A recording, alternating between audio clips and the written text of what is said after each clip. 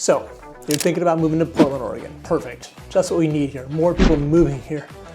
But just kidding. But before we start getting all your crap together, let's talk about the top 6 mistakes people make when moving to our fair city. Now, trust me, you're going to want to avoid these at all costs, so let's get into it.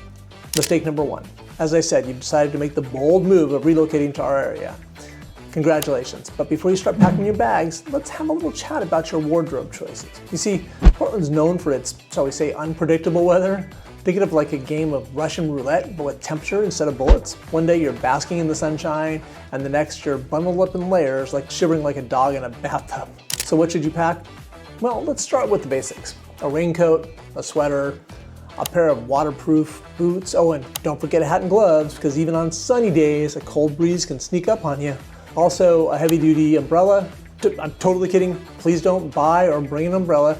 You will instantly be spotted as a non-native. Nobody in Portland uses an umbrella, and that's the quickest way to get sneers from the native, or shall we call them Portlandians.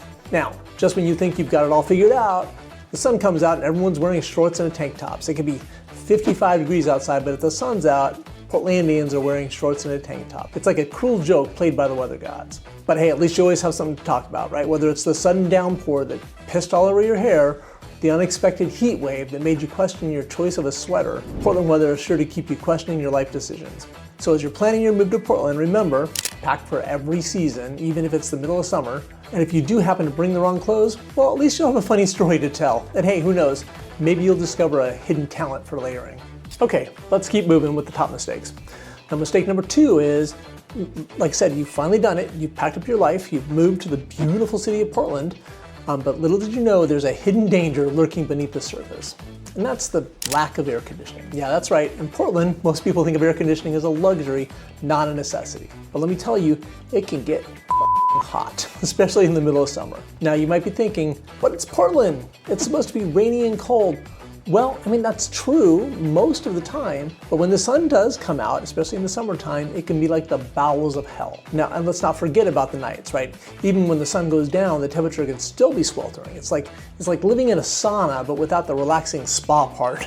So as you're doing your stuff and you plan your move to Portland, be prepared for the heat. Now, and if you can, try and find a place when you move here with air conditioning. It might just save your sanity. Okay, so now mistake number 3. Let's talk a little about something called ice storms.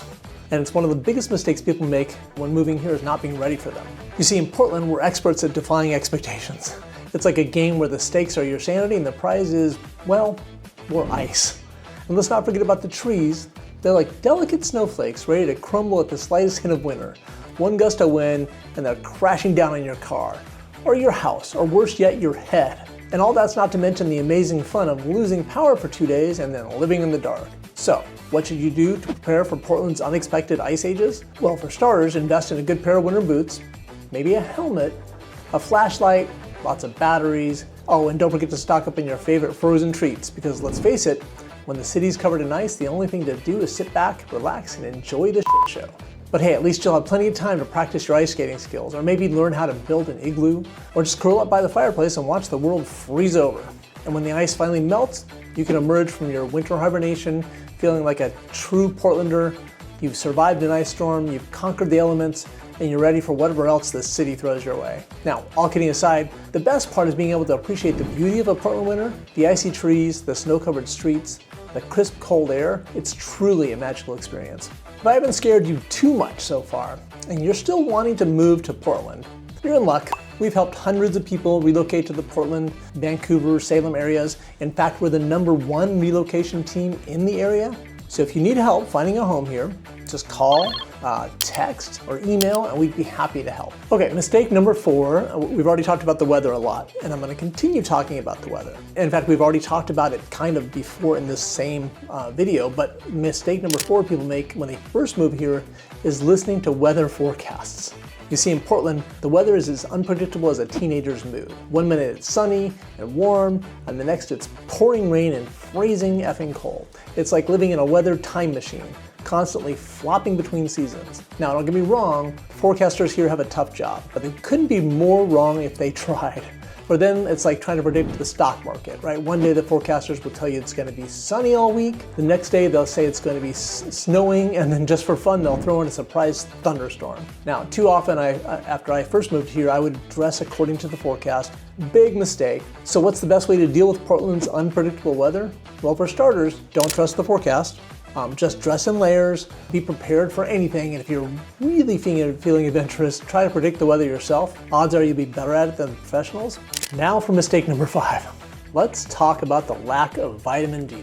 Now, a lot of people are surprised when they move here and the lack of sunshine has an effect on them. You see, in Portland, sunshine is a rare commodity. It's like trying to find a needle in a haystack, but instead of a needle, it's a ray of sunlight. And the haystack is a sea of clouds. And when the sun finally does make an appearance, it's like a rare sighting of a unicorn, right? People gather in the streets, rejoicing and basking in the warmth. It's a pretty magical experience, right? Let's be honest though, most of the time, Portland is a gray, cloudy place. And that can have a serious impact on your mood. You might start feeling sluggish, irritable, make cranky videos like this one, or maybe even be a little depressed. It can be like living in a perpetual state of cabin fever. Now, to be fair, most of the people that move here get used to it pretty quickly. And the gray, rainy weather can have some serious rewards, right? You've never been to a greener, prettier place than the Pacific Northwest, but the best thing you can do is buy a light therapy lamp to help you get acclimated, or you could move to a sunnier place. Now let's talk about the biggest mistake people make moving to Portland, and that's moving to the wrong part of town. Now, I'm not talking about bad part of town or crime or anything like that. I'm talking about the east side versus west side divide. You see, in Portland, it's not just about the weather, it's about where you live. And believe me, it matters. You're either an east side person or a west side person. There's no in between. The east side is known for its hipsters, its breweries, its general air of coolness. It's like a trendy bohemian paradise. Now the west side, on the other hand, is more traditional, more family friendly, or maybe a little bit more suburban.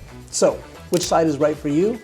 Well, I think that depends a lot on your personality. If you're into coffee shops and vintage stores and live music, east side is probably your place.